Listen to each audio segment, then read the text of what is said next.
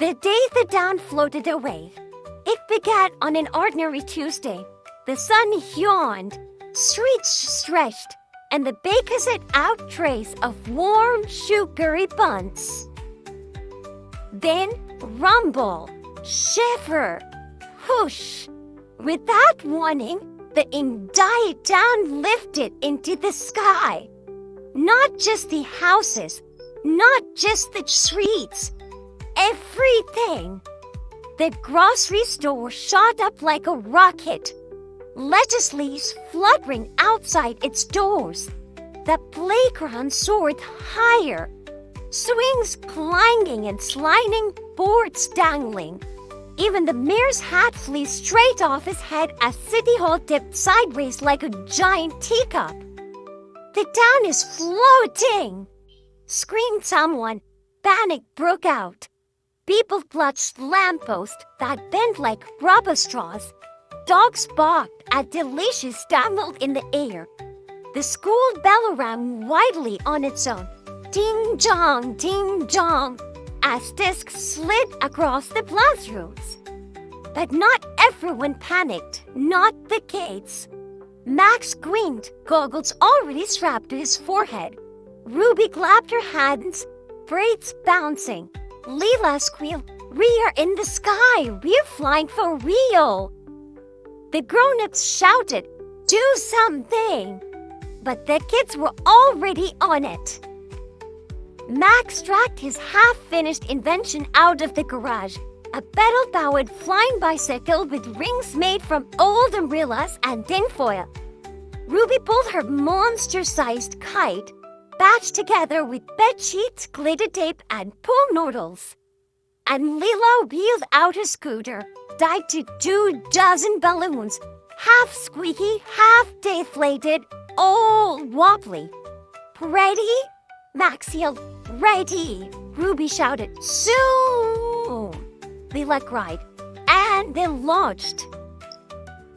The town was climbing fast, up past the telephone wires, up past the clouds, almost up where the air grew thin and wispy.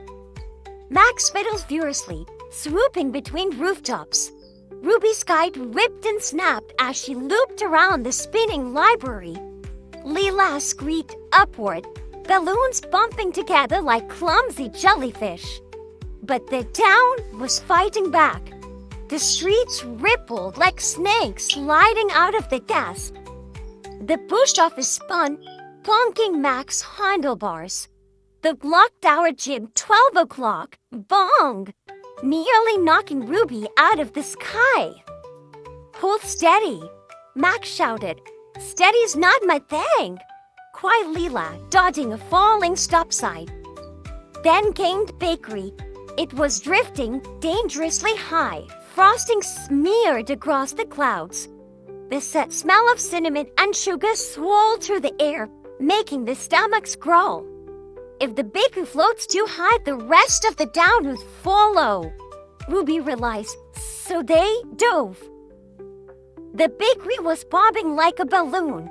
The chimney puffed like a rocket. Cakes and goujons spun out of the windows, twirling like frisbees. "Grab it!" Max shouted. He pedaled forward, rings flapping madly. Ruby swooped down, her guide string wrapping round the chimney. Leela aimed a scooter and boing crashed into the bakery wall. It didn't work.